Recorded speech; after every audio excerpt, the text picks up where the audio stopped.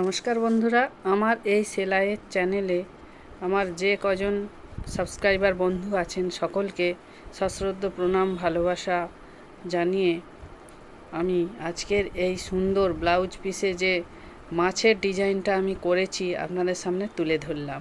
আপনারাও কিন্তু এইভাবে নিজেই নিজের হাতে একটা ব্লাউজ পিসে ফুল করে নিতে পারেন।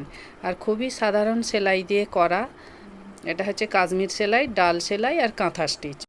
এছাড়া হেরিংবন সেলাইও দিয়েছি, সেলাই দিয়ে করেছি। আপনারা নিশ্চয়ই যারা পারেন তো পারেন, না পারলে আমার এই চ্যানেলটি ভিজিট করুন, করে খুবই সাধারণ সেলাই আপনারা চেষ্টা করুন। তাহলে আর বাইরে থেকে বেশি পয়সা মজুরি দিয়ে ব্লাউজ পিসে ফুল করতে হবে না, আপনারা আপনাদের নিজেরটা নিজেই করে নিতে পারবেন। ধন্যবাদ বন্ধুরা, আমার এই চ্যানেলটিকে আগে নিয়ে যাওয়ার জন্য আপনাদের কাছে অনুরোধ রইল আমার চ্যানেলে কমেন্ট করবেন। আর আপনাদের যদি ভালো লাগে আমার চ্যানেলটা ভিজিট করে তো সাবস্ক্রাইব করতে ভুলবেন না।